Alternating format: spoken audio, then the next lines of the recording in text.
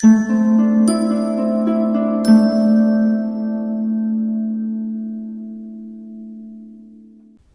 ప్రభుత్వ విభాగాలు మంత్రిత్వ శాఖల్లో LDC, junior secretariat assistant, postal sorting assistant, data entry operator వంటి పోస్టుల భర్తీకి ఏటా నిర్వహించే combine higher secondary level examination నోటిఫికేషన్ను స్టాఫ్ సెలక్షన్ కమిషన్ విడుదల చేసింది.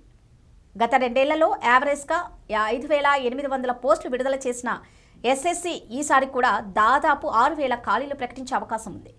సిహెచ్ఎస్ఎల్ నోటిఫికేషన్ వివరాలతో పాటు exam pattern, selection process, syllabus, tips మీకోసం. సిజిఎల్ తర్వాత అతి ఎక్కువ మంది రాసే పరీక్ష సిహెచ్ఎస్ఎల్. ఈ పోస్టులకు దేశవ్యాప్తంగా దాదాపు 15 లక్షల మంది పోటీ పడతారు. సిలబస్ కూడా విస్తృతంగా ఉంటుంది. ప్లాన్డ్గా ప్రిపేర్ అయితే ఇంటర్తోనే కేంద్ర ప్రభుత్వంలో సుస్థిర జాబ్లో ఎంటర్ అయ్యే అవకాశం కల్పిస్తోంది సిహెచ్ఎస్ఎల్. పే లెవెల్ 2-4 కింద వేతనాలు అందిస్తారు. ప్రారంభంలో ఎల్డీసీ, జేఎస్ఏకి అన్ని అలవెన్స్లు కలుపుకొని దాదాపు 30,000 శాలరీ లభిస్తుంది. పోస్టల్ అసిస్టెంట్, డేటా ఎంట్రీ ఆపరేటర్కి 35,000కు పైగా వేతనాలు అందుతాయి. సెలక్షన్ ప్రాసెస్ ఎలా ఉండబోతోంది? టైర్ 1, 2, 3 అనే 3 దశల్లో నిర్వహించే పరీక్ష ద్వారా ఎంపిక చేస్తారు. మొదటి దశలో దేశవ్యాప్తంగా మల్టిపుల్ చాయిస్ విధానంలో 200 మార్కులకు ఆన్లైన్ టెస్ట్ నిర్వహిస్తారు. మొత్తం 100 ప్రశ్నలు ఉంటాయి. డ్యూరేషన్ 60 నిమిషాలు. ప్రతి రాంగ్ ఆన్సర్కి ½ మార్క్ నెగిటివ్ అవుతుంది. క్వశ్చన్ పేపర్ ఇంగ్లీష్, హిందీలో ముద్రిస్తారు. టైర్ 1లో మెరిట్ సాధించిన వారిని టైర్ 2లో నిర్వహించే డిస్క్రిప్టివ్ టెస్ట్కు సెలెక్ట్ చేస్తారు.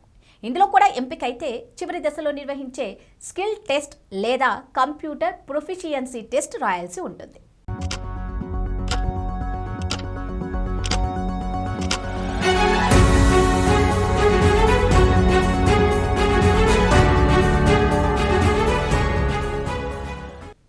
English language, general intelligence, quantitative aptitude, general awareness నుంచి మొత్తం 100 ప్రశ్నలు ఉంటాయి. 200 మార్కులు. పెన్ అండ్ పేపర్ టెస్ట్ 100 మార్కులకు వ్యాస రూప సమాధాన ప్రశ్నలతో పరీక్ష నిర్వహిస్తారు. టెస్ట్ డ్యూరేషన్ 60 నిమిషాలు. ఇందులో 200 నుంచి 250 పదాలతో ఎస్సే రైటింగ్, 150 నుంచి 200 పదాలతో లెటర్ రైటింగ్ రాయాలి. ఈ ప్రశ్నలకు పూర్తిగా ఇంగ్లీష్, హిందీలోనే సమాధానం రాయాల్సి ఉంటుంది. ఎస్సే రైటింగ్లో title, introduction, message of the essay, conclusive వంటి అంశాలు ఆర్డర్లో రాయాలి. లెటర్ రైటింగ్లో address, date, destination name and address, reference, salutation, subject, body, ending, signature, పేరు తదితర అంశాల ఆధారంగా మార్కులు ఇస్తారు. ఇందుకు గాను కొన్ని నమూనా లెటర్స్ ప్రాక్టీస్ చేస్తే సులువుగా క్వాలిఫై అయ్యే టెస్ట్ ఇది.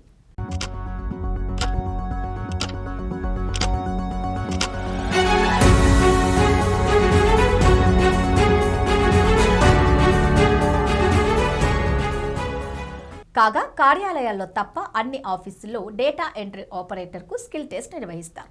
ఇది క్వాలిఫైయింగ్ టెస్ట్ మాత్రమే. గంటకు 8,000కి డిప్రెషన్ల స్పీడ్తో టైప్ చేయగలగాలి. టెస్ట్ డ్యూరేషన్ 15 నిమిషాలు. 2,000 నుంచి 2,200కి డిప్రెషన్స్ కలిగిన ఇంగ్లీష్ కంటెంట్ను టైప్ చేయాల్సి ఉంటుంది.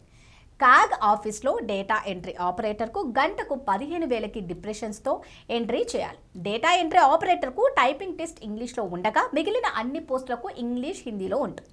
డ్యూరేషన్ 10 నిమిషాలు. ఇంగ్లీష్ అయితే నిమిషానికి 35 పదాలు, హిందీకి నిమిషానికి 30 పదాలు టైప్ చేయాలి. నిమిషానికి 30 పదాలు అంటే గంటకు 9,000కి డిప్రెషన్స్ అన్నమాట.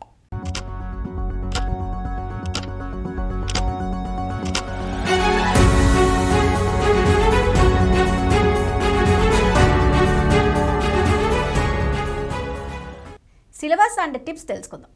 షిఫ్టుల వారీగా నిర్వహించే పరీక్ష కాబట్టి అభ్యర్థులు ముందు రోజు రాసిన వారికి క్వశ్చన్స్ ఎలా అడిగారో తెలుసుకుని దాని ప్రకారం సిద్ధమైతే మంచి స్కోర్ పొందొచ్చు. ఎందుకంటే అన్ని షిఫ్టుల పేపర్లు బ్యాలెన్స్డ్గా ఈక్వల్ ప్యాటర్న్, స్టాండర్డ్స్తో తయారు చేస్తారు కాబట్టి ముందు షిఫ్టుల్లో అడిగిన ప్రశ్నలకు రిలేటెడ్ ఏరియాస్ను బాగా రివిజన్ చేయాలి.